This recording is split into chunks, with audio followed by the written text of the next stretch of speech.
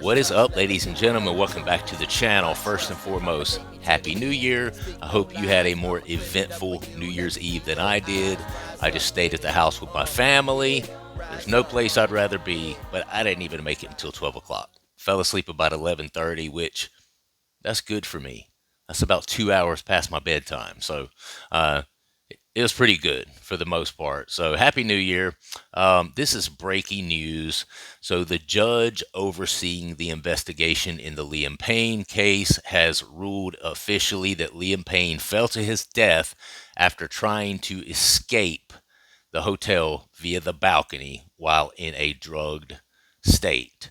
This is breaking news. All of this came in last night. Now, obviously, there have been a lot of theories about what actually took place that night, and it started being suspected, as of even about a month ago, that he was actually trying to escape, and he didn't lose his balance, fall by accident from the balcony itself, or, you know, in a drug-induced state, lose consciousness and fall or anything like that. It was suspected that he actually was trying to escape because, as we know, he went down into this lobby area and he was, being irate, according to the guests and according to the hotel staff, and apparently passed out either fully or semi-conscious state down there, and the hotel staff, drug him back up to the room. Apparently there was some sort of scuffle in the hall in front of the room, so apparently he was at least semi-conscious, although in a drug-induced state, when they put him back into his room. And that's when, of course, the call was made to the police, where moments later it was discovered that Liam Payne had fallen to his death. Okay, so let me read a little bit of this. The One Direction star died on October the 16th after falling from the third floor of the Casa Sur Palermo Hotel in the Argentinian capital and striking his head on a concrete umbrella base. Laura Bruniard, the head of Criminal and Correctional Court number 34, has charged three people, including Payne's friend, Roger Norres, with negligent homicide, an equivalent to manslaughter, and two others with drug dealing. Judge Bruniard said the singer had been in a state of vulnerability and should not have been left alone in a state of intoxication due to poly drug use, according to a statement issued by Argentina's public prosecutor's office.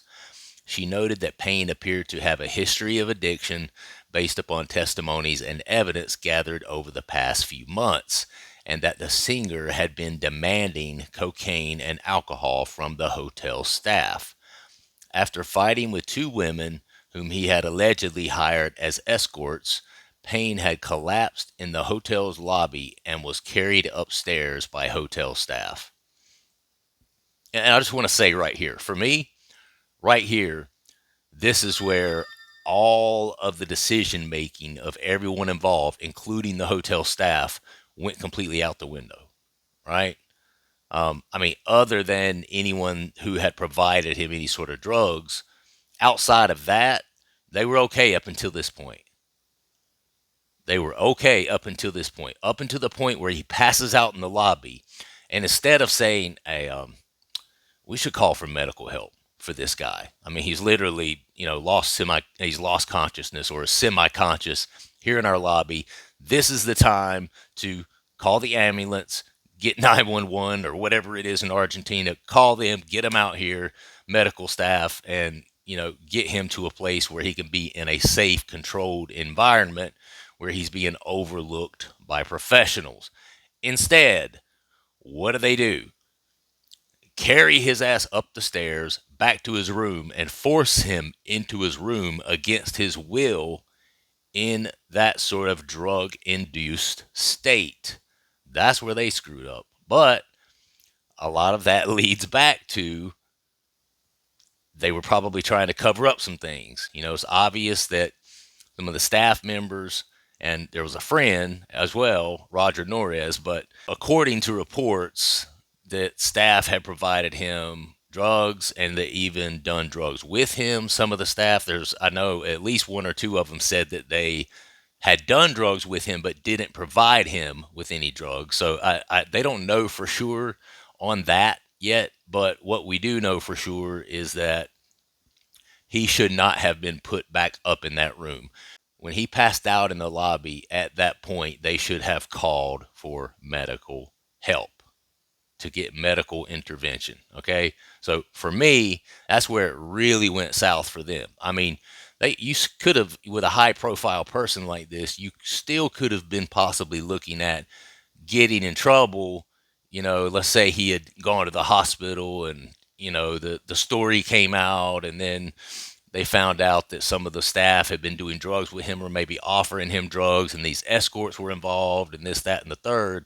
There still could have been some repercussions, as far as the drugs are concerned and distribution and things like that. But they made it a million times worse, not only for Liam Payne, but for themselves by trying to cover it up by just put him back up in the room.